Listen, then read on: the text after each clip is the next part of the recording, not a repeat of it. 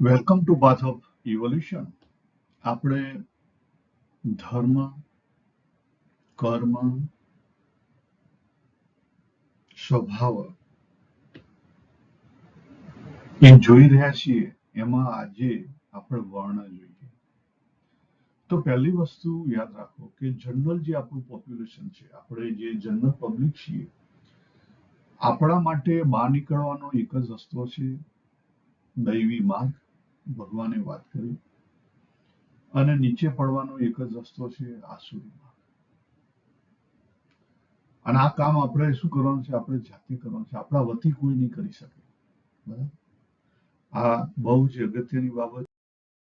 હવે આપણે સ્ક્રીન પર જોઈએ કે જે ધર્મ અને કર્મની જે વાત થઈ, આપણે ગઈ વખતે જોયું કે પરધર્મ શા માટે આપણે ના પરફોર્મ કરવો જોઈએ. આપણે આપણો ધર્મ ઓળખવો જોઈએ. આપણો સ્વભાવ ઓળખાય તો આપણને આપણા ધર્મની ખબર પડે. તો ભગવદ્ ગીતામાં બે જગ્યાએ જે 4 વર્ણની વાત કરી છે એની બાબતે શું સમજવું? તો ચોથા અધ્યાયમાં વાત કરી છે અને 18મા અધ્યાયમાં વાત કરી છે. સ્ક્રીન ઉપર દેખાય છે.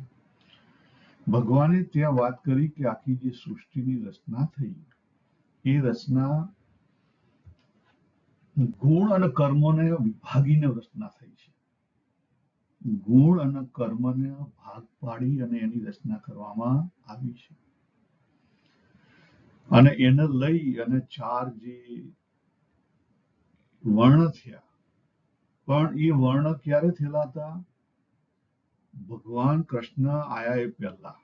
તો ભગવાન ક્યારના છે? ભગવાન ડે 1 થી છે. એટલે એવું કહી શકાય કે કદાચ રામા અવતારમાં એ વર્ણ વ્યવસ્થામાં જે સ્વભાવ છે કદાચ યથાયોગ્ય હશે. પણ ભગવાને ભગવદ્ ગીતા સમયે તો વાત કરી છે કે આ જે કર્મની વાત છે અને પરંપરા દ્વારા જે કર્મ હતું એ આખી જે પરંપરા છે તૂટી ગયેલી છે.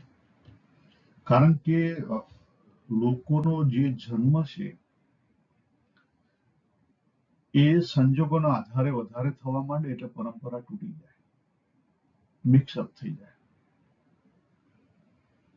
સંજોગોના આધારે થવા માંડે એટલે બધું મિક્સઅપ થઈ જાય.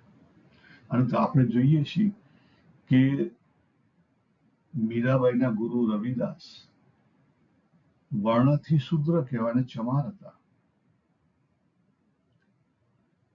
પણ જો સંત મહાત્મા થઈ ગયા, બ્રાહ્મણ થઈ ગયા. અને કબીરજી વર્ણથી કયું હતું એ જ ખબર નહીં, ખ્યાલ પણ એમના જે કર્મ છે એનાથી તો એ કેવા હતા? બહારનું જે વ્યવહારિક કર્મ છે એનાથી એ વણકર હતા, વણાટનું કામ કરતા હતા. અને એ સંત મહાત્મા થઈ ગયા. બરાબર?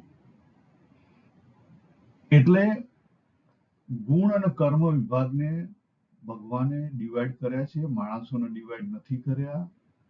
એટલે આપણે જન્મ્યા કે શુદ્રમાં જન્મ્યા તેનો અર્થ એ નથી કે આપણે શુદ્ર છીએ. પહેલું ચેક કરવું પડે. આપણે શુદ્ર હોઈ પણ શકીએ, આપણે બીજા સ્વભાવના પણ હોઈ શકીએ. આપણે કયા સ્વભાવના છીએ આપણે જાતે ચેક કરવું પડે. અને એથી અગત્યની વસ્તુ છે કે દરેક વ્યક્તિ જન્મથી શુદ્ર જ હોય, સમજી લો. પછી એનું ડેવલપમેન્ટ થાય. અને ડેવલપમેન્ટ કઈ પ્રમાણે થાય? આપણા અંદરના રસ રુચિના અંગ છે એક્સપ્રેસ થાય એ પ્રમાણે ડેવલપમેન્ટ થાય. એટલે જેણે અંદરના રસ રુચિના અંગને ઓળખી લીધા અને એ પ્રમાણે એ પોતાનો વ્યવહાર ગોઠવવા માંડ્યો, એ વ્યક્તિ આગળ નીકળી જાય.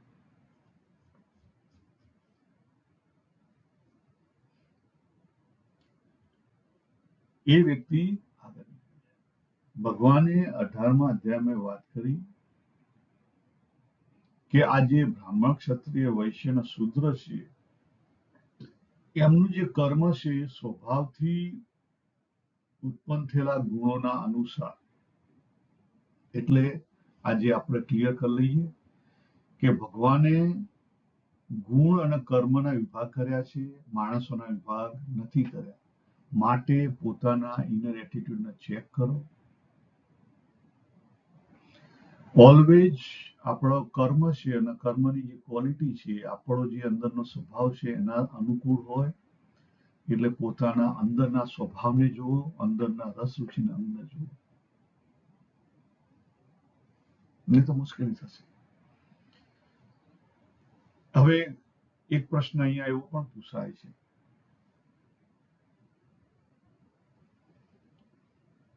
કે હું સપોઝ શુદ્ર છું કે વૈશ્ય છું, તો મારે આખી જિંદગી એ જ રહેવાનું? ના ના ના ના, હવે એવું કઈ સમાજમાં તો એવું છે નહીં. અને બીજી વસ્તુ કે તમારું પેટનું પૂરું કરવા માટે, દાખલા તરીકે કબીરજીને પેટનું પૂરું કરવા માટે એમનો જે ધંધો હતો એ ચાલુ રાખ્યો. એમાં ખોટું શું છે? કઈ નથી. ખોટું કઈ છે? ખોટું કઈ નથી. પણ એ સ્વભાવથી શુદ્ર રહેતા ના, સ્વભાવથી બ્રાહ્મણ થઈ ગયા. એટલે આ બહુ અગત્યની બાબત છે. સમાજની અંદર આ બહુ અગત્યની બાબત છે. એટલા માટે આખું ભગવદ્ ગીતાની અંદર ભગવાને જો દરેક વસ્તુના 3 ગુણની અંદર ડિવાઈડ કરી છે. દરેક વસ્તુને, ખાવા પીવા, રહેવા, ઉઠવા, બેસવા, ઉઠવા, દરેક વસ્તુને ડિવાઈડ કરી દીધી છે. કેમ આટલું ડિટેલિંગ કર્યું? એટલા માટે જ કે આપણે જાણી શકીએ.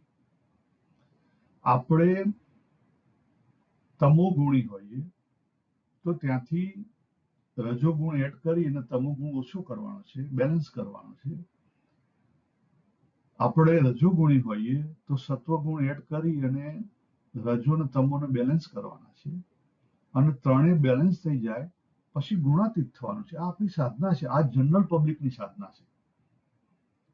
જનરલ પબ્લિકની સાધના શું છે કે તમે રજોગુણી હો તો સત્વ એડ કરો અને ત્રણેય બેલેન્સ કરીને ગુણાતીત થો. તમે સત્વગુણી હો તો તમે મેક શ્યોર કે તમે સત્વમાંથી બહાર નીકળી શકો અને ગુણાતીત થઈ શકો. ખ્યાલ? ગુણાતીત તો કોઈ કદાચ જન્મતું જ નથી. મનુષ્ય તરીકે, સામાન્ય મનુષ્ય તરીકે અવતારીની વાત આપણે નથી કરતા.